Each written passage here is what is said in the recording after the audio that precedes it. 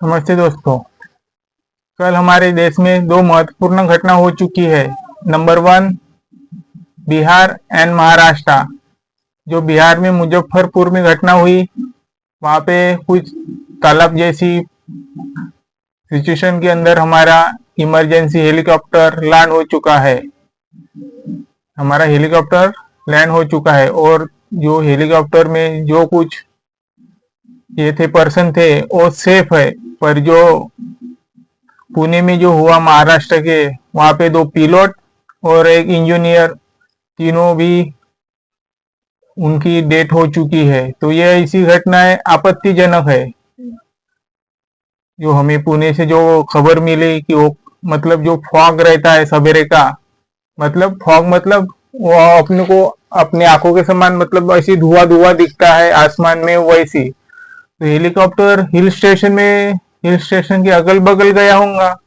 Fog का अंदाजा, वो वहां पे हेवी फॉग था, तो उनको उनका वैसे अंदाजा आ नहीं चुका होगा, तो वैसी उसकी वजह से वो क्रैश हो चुका हेलीकॉप्टर। तो ऐसी घटना दुखदाई है। हमें इंडियन एयरफोर्स के प्रति श्रद्धांजलि अर्पित करते हैं और ऐसी घटना ना ही हो सके तो बेहतर है। और ऐसी घटना हो चुकी है इसके पहले 2021 में हमारे non political administrator CDS general Bipin Rawat ji, उनकी भी डेथ हो चुकी है। साथ में उनकी वाइफ भी थी।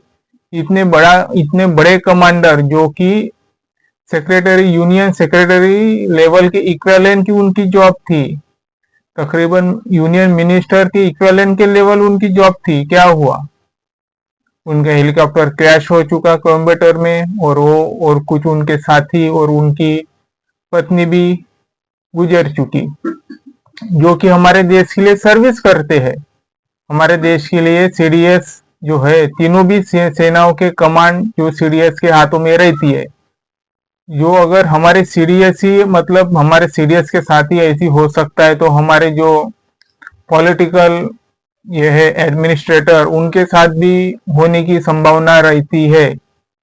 देखिए, जो सीडीएस है वो ऑल सिक्योरिटी प्रोवाइड करती है हमारे इसके लिए, मिनिस्टर के लिए। तो अगर हमारा कोई पॉलिटिकल एडमिनिस्ट्रेटर कोई जाता है तो उनके साथ भी होता है। कभी कभार हमारे प्रधानमंत्री के साथ भी ना हो जाए, ऐसी घटना हो भी सकती है, क्योंकि सीडीएस के साथ हुई है।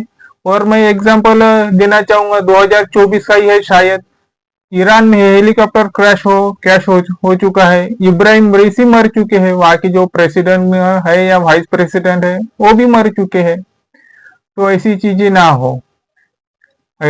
हो, अवेयरनेस रहने की जरूरत है। जैसे हम रोड पे बाइक चलाते हैं तो हमें खुद पर कंट्रोल रखना है, वैसे ही हम आसमान में हेलीकॉप्टर चलाते हैं तो हमें खुद पर कंट्रोल लगना है। लिमिटेशन ऑफ पावर होनी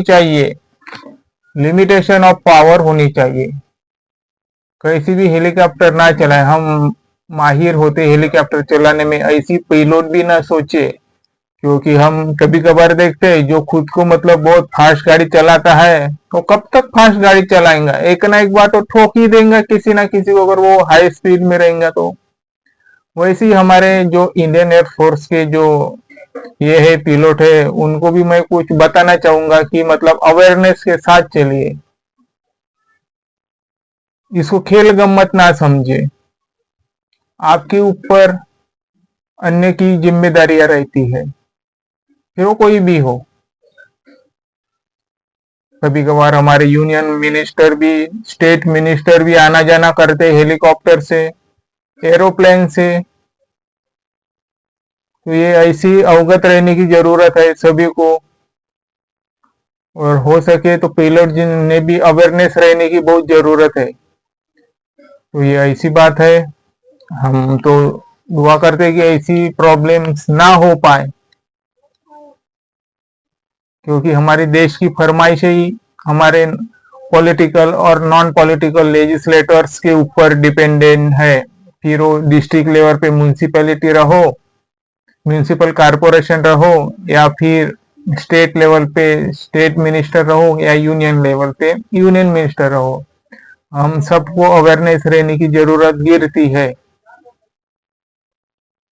तो ऐसी बात है, इंडियन एयरफोर्स के लिए हम श्रद्धांजलि अर्पित फिर से करते हैं, और हो सके तो सबको अवेयरनेस रहे और अपने हेलीकॉप्टर की जांच पड़ताल करे, विमान की भी जांच पड़ताल करे, नेवी की भी जांच पड़ताल करे, क्योंकि वो यूनियन लिस्ट में आती है, एग्जीक्यूटिव पावर प्रेसिडेंट में है सभी तीनों की, वो सुप्रीम कमांडर होते हैं, और group of council minister governor और प्रेसिडेंट के ही नाम किए जाते हैं, ऐसी हमारे संविधान में प्रावधान है। तो हम आपको फिर से थैंक यू वेरी मच।